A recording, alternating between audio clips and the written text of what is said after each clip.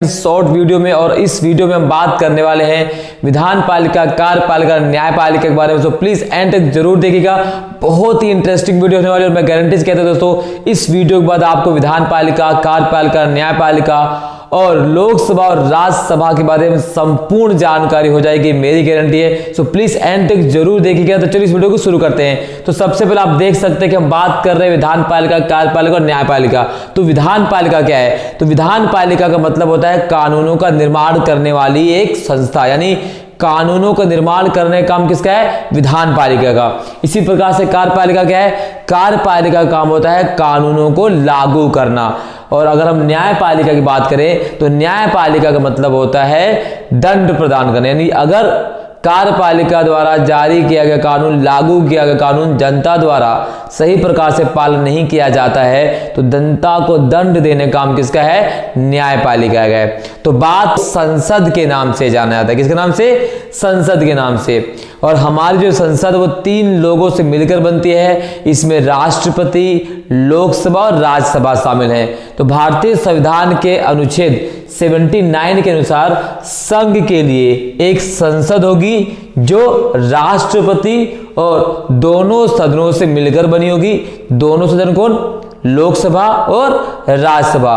किस अनुच्छेद में कहा गया है? तो ये कहा गया है आर्टिकल 79 में। इसी प्रकार से अगर हम कार्यपालिका की बात करें तो भारत में 2 प्रकार की कार्यपालिका पाई जाती है।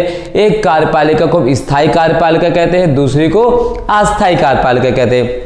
स्थायी कार्यपालिका का वो कार्यपालिका यानी नौकरशाही, जिसका चयन किया जाता है। जी हाँ, जिसका चयन किया जाता है, यानी IAS से जो लोग होते हैं उन्हें हम स्थायी कार्यपालिका कहते हैं, क्योंकि ये इनका चयन होता है, यानी एक परीक्षा उत्तीर्ण करने के बाद इनका चयन किया जाता है। दूसरी तरफ जो होती है अस्थायी कार्यपालिका।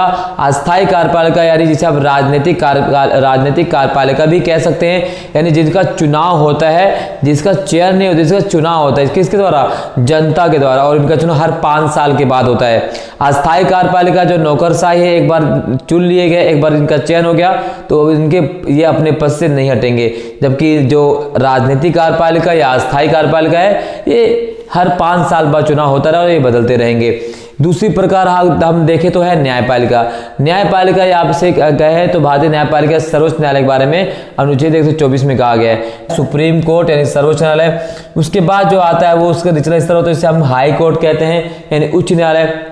इसके बाद जो आता है जिसे हम डिस्ट्रिक्ट कोर्ट कहते हैं, यानी जिसे आप जिला न्यायालय भी कह सकते हैं।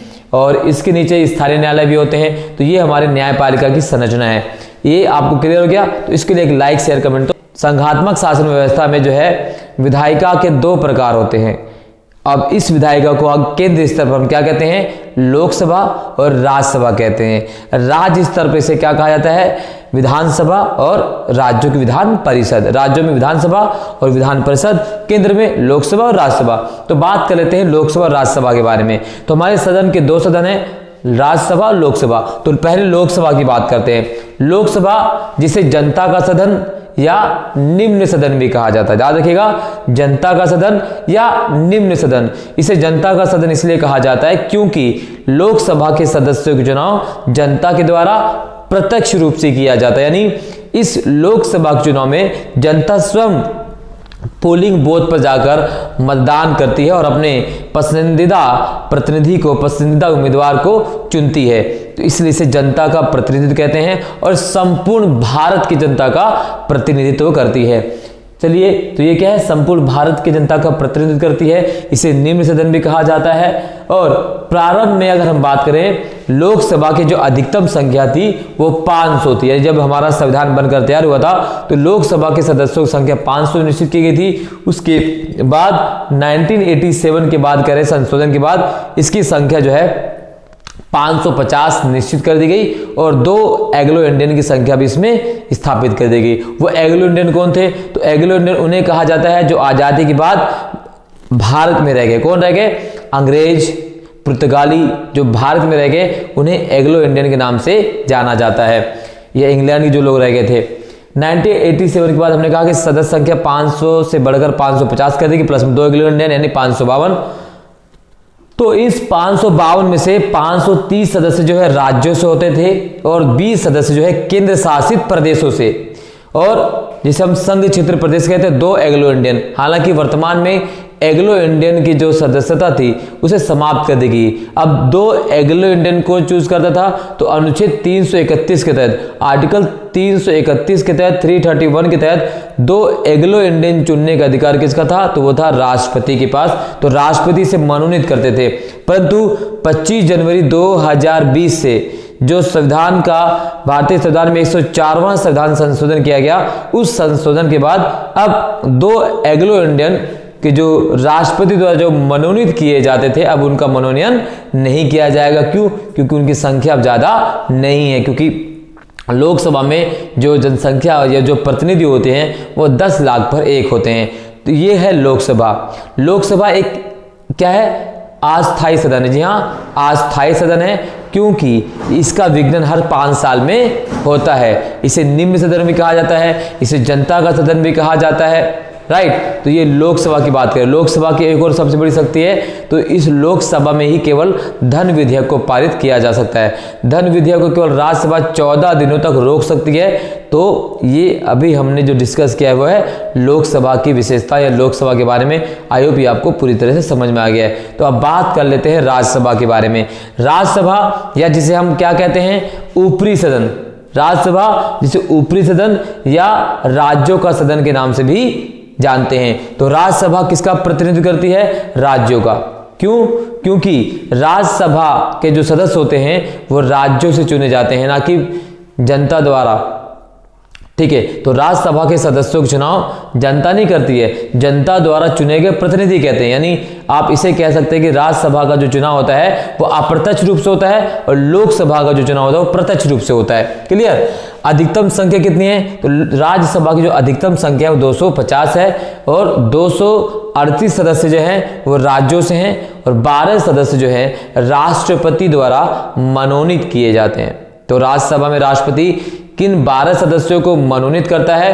तो उन 12 सदस्यों को मनोनीत करते हैं जिन्हें कला, साहित्य, विज्ञान या खेल में देश के लिए जो है ख्याति प्राप्त की हो, देश का नाम गौरवान्वित किया हो, उन लोगों को राज्यसभा का सदस्य चुना जाता है राष्ट्रपति द्वारा। एग्जाम्पल के लिए आज जया बच्चन, सचिन तेंदुलकर, रेखा, ये सब क्या है?